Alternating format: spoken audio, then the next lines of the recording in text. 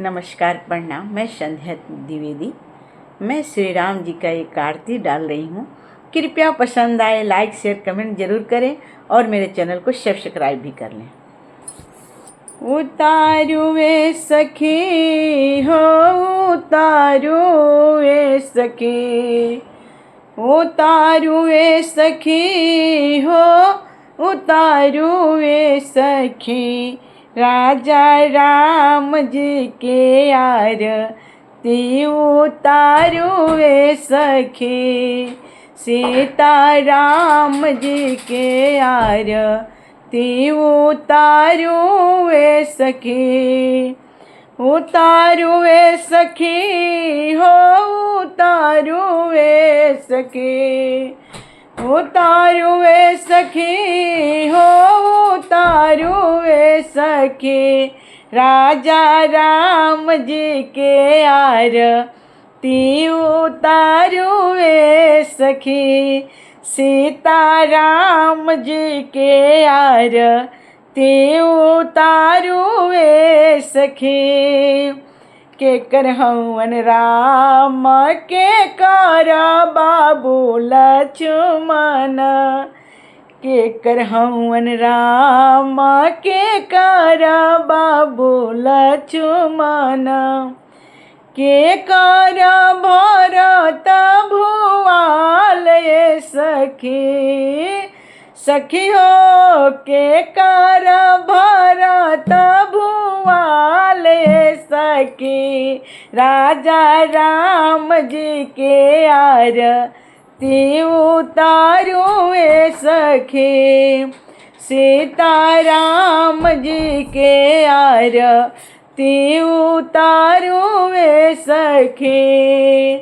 कौशल्या के राम सुमित्रा बाबू लक्ष्मण, कौशल्या के राम सुमित्रा बाबू लक्ष्मण, के कई के भरत भुआल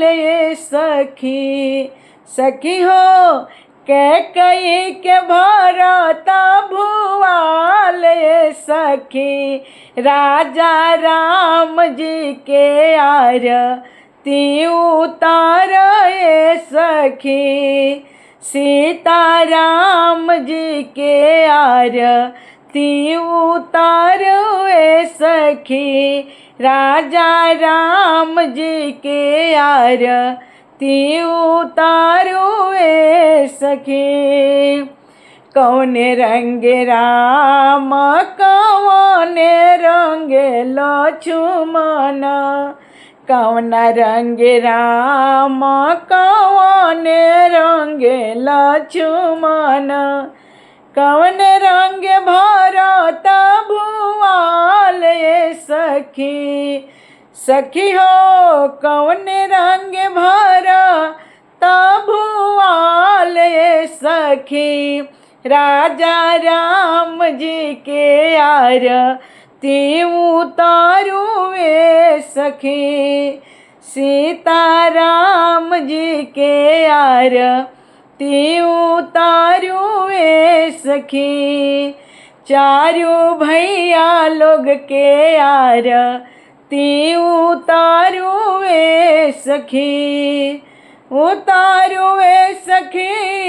हे उतारू वे सखी, उतारू वे सखी ए उतारू वे सखी, राजा राम जी के आरती उतारू वे सखी, सीता राम जी के आरती उतारू वे सखी, श्याम रंग राम गोरे रंग लक्ष्मण, श्याम रंग राम गोरा ही रंग लक्ष्मण, पीत रंग भरत भुआल सखी, सखी है पीतरंग भरत भुआल ये सखी राजा राम जी के आरती उतारू ए सखी सीता राम जी के आरती उतारू ए सखी चारू भैया लोग के आरती उतारू ए सखी उतारू ए सखी हो उतारू ए सखी उतारू ए सखी हो उतारू ए सखी राजा राम जी के आरती उतारू ए सखी सीता राम जी के आरती उतारू ए सखी चारू भैया लोग के आरती उतारू ए सखी। धन्यवाद।